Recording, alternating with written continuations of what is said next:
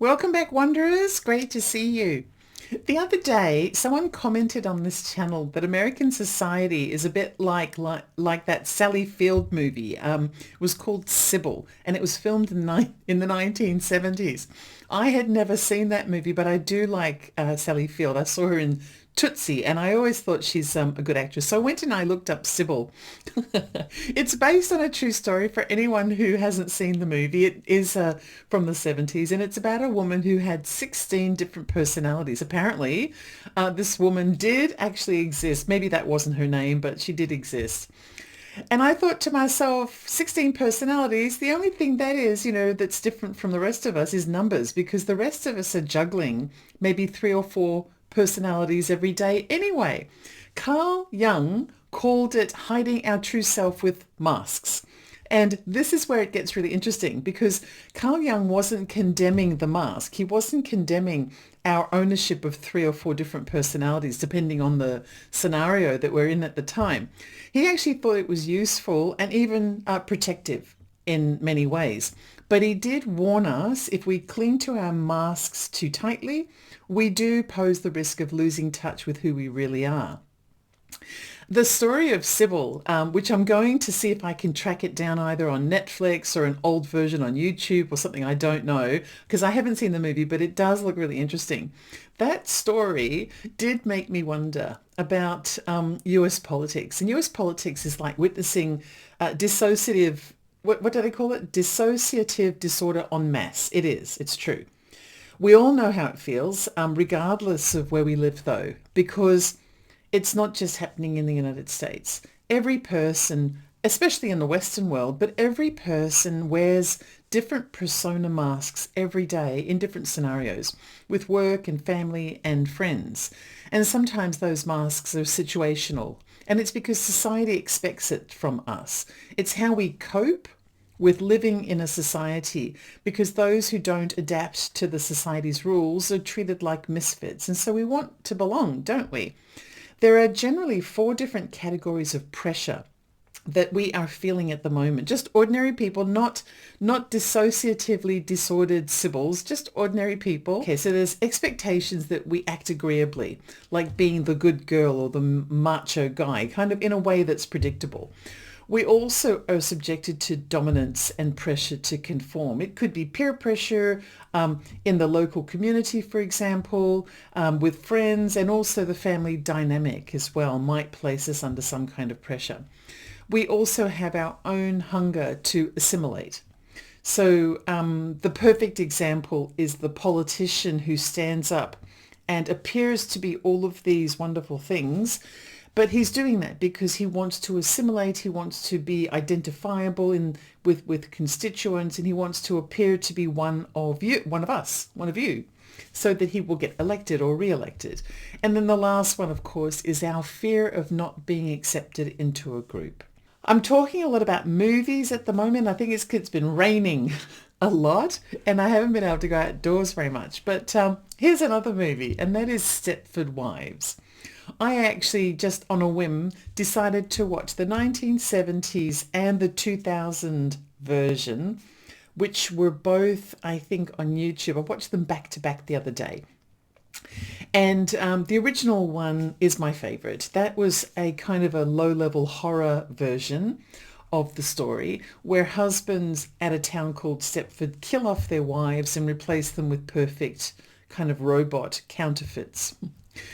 The remake, on the other hand, that has Nicole Kidman, that one was more tongue-in-cheek, and it included a gay couple as well, which the earlier version of the movie didn't.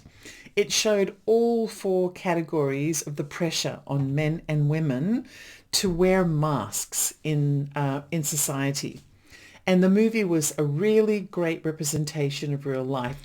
So, for example, young girls, they're more frequently, as they're growing up, they're taught or put under pressure to smile and to be nice and to fit in.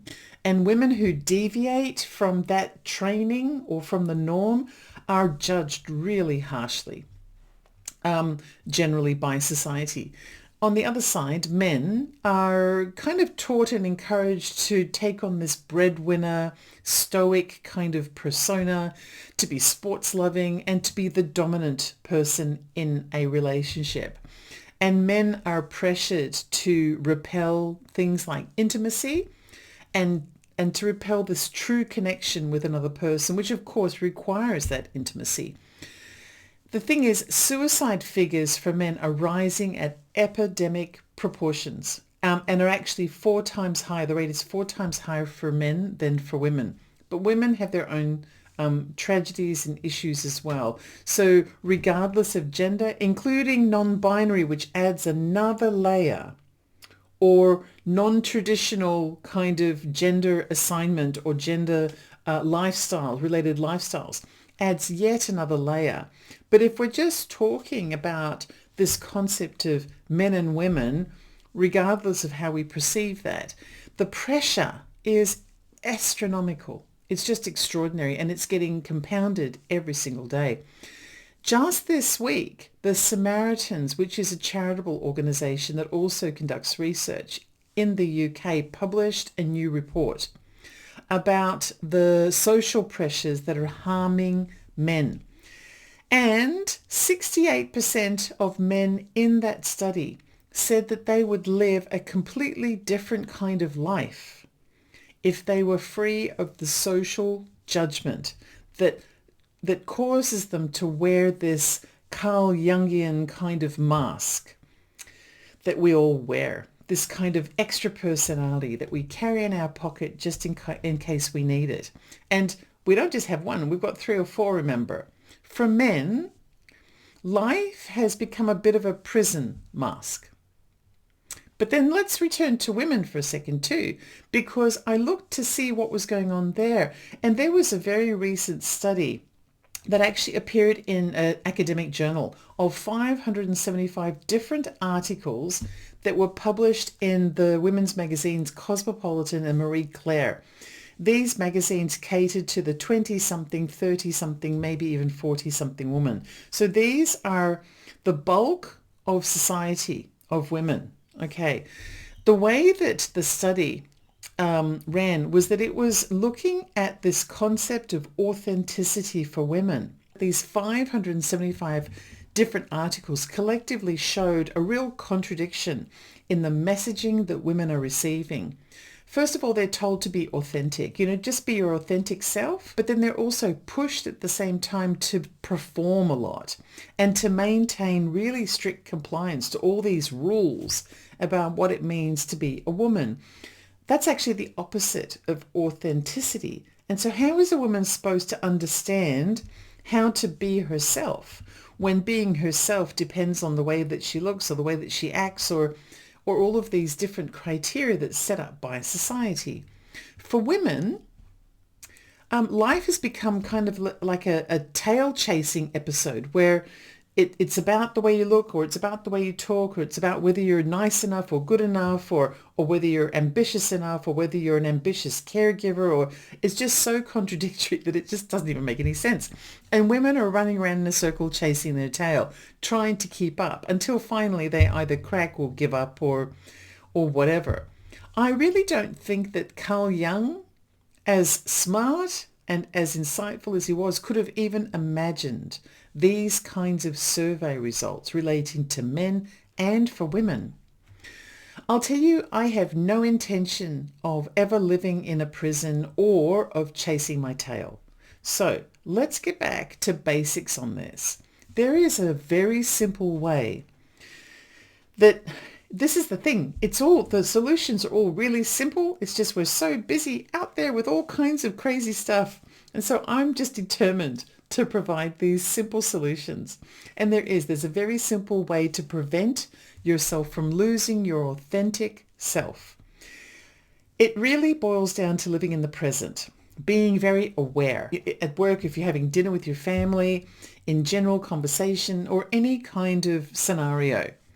When it's your turn to respond to something, a comment, an idea, or criticism or anything like that, doesn't matter what you're surrounded by, when it's your turn to respond, before you do that, just pause and ask yourself, Am I about to say this and offer this because it's true or because it's expected of me? So if you are at a family dinner, say for example Thanksgiving, and there's a conversation taking place at the table, instead of, absent-mindedly nodding along because you kind of think, well, that's what's expected, think to yourself, is that really how I feel? Or is this how I'm expected to respond? And then if it's an expectation, why not just share a genuine thought? Just a little thing, something very modest, very minor. See how it feels to respond authentically in a situation rather than automatically. That's when you're actually foregoing the mask and showing your true self just a tiny little bit. No need to get yourself in trouble. The more you try it, the more you'll notice the difference between who you really are and who your mask portrays you to be. Thanksgiving is a really great place to kind of test this kind of thing out because you can always blame it on the eggnog or the wine if it goes wrong, stuff like that. That's your safety net, just in case. I think my final word on this would be that masks, the personas that we have, well, those masks are great for Halloween, but the rest of the year belongs to you. Welcome to the new world.